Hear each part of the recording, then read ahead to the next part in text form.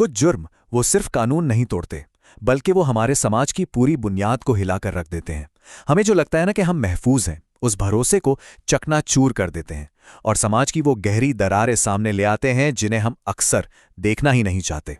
तो सवाल ये उठता है कि आखिर क्यों कुछ क्राइम केस सिर्फ एक और हेडलाइन बनकर नहीं रह जाते? ऐसा क्या होता है कि वो हमारी सोच, हमारी बातचीत, यहां तक कि हमारे डर का हिस्सा बन जाते हैं? चलिए आज इसी गुत्थी को सुलझाने की कोशिश करते हैं।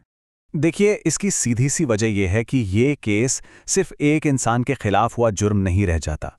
ये तो एक आईने की तरह हो जाता है जो हमें समाज की वो कड़वी सच्चाइयां दिखाता है जिनसे हम अक्सर मुंह फेरना चाहते हैं, जैसे पावर का गलत इस्तेमाल, सिस्टम का खोखलापन और हमारे बीच बढ़ता सामाजिक तनाव। तो आज हम सिर्फ क्राइम की कहानी को दोहराने नहीं वाले, बल्कि हम उन आफ्टर शॉक्स को समझने की कोशिश करेंगे जो इन मामलों ने हमारे समाज और हमारे जस्टिस सिस्टम पर छोड़े हैं। असल में हम ये देखेंगे कि जब हेडलाइंस बदल जाती हैं तो पीछे क्या बचता है। तो चलिए थोड़ा गहराई में चलते हैं।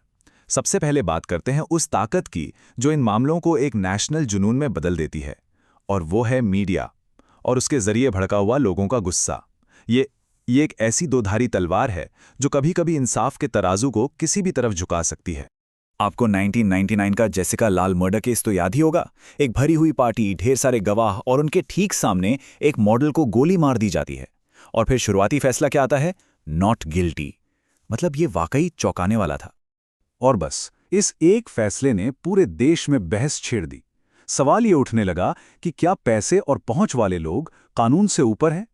ये केस इस कड़वी सच्चाई का एक जीता जागता सबूत बन गया कि कैसे पावरफुल लोग इंसाफ को अपने हिसाब से मोड़ सकते हैं।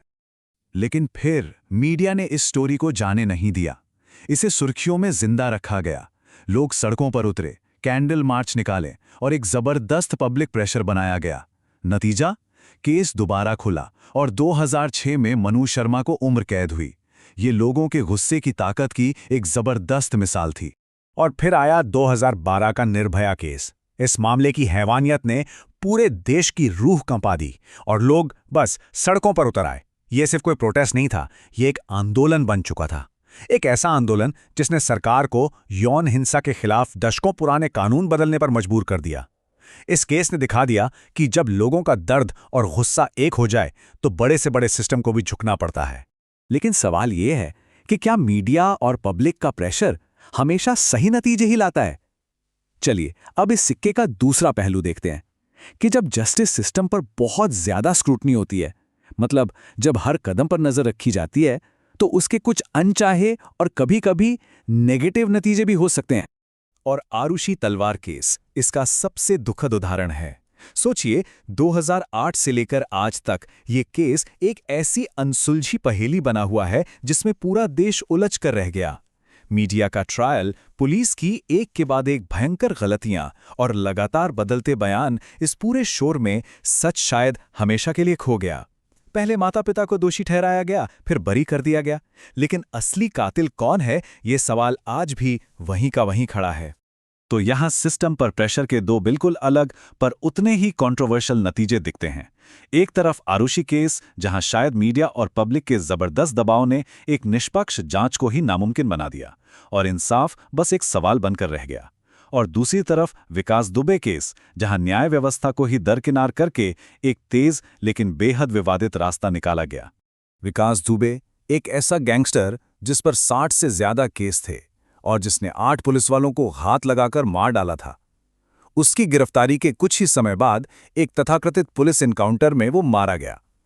कई लोगों ने कहा यह तुरंत न्याय है, एक अपराधी का अंत। लेकिन इस घटना ने सिस्टम पर बहुत बड़े सवाल खड़े कर दिए।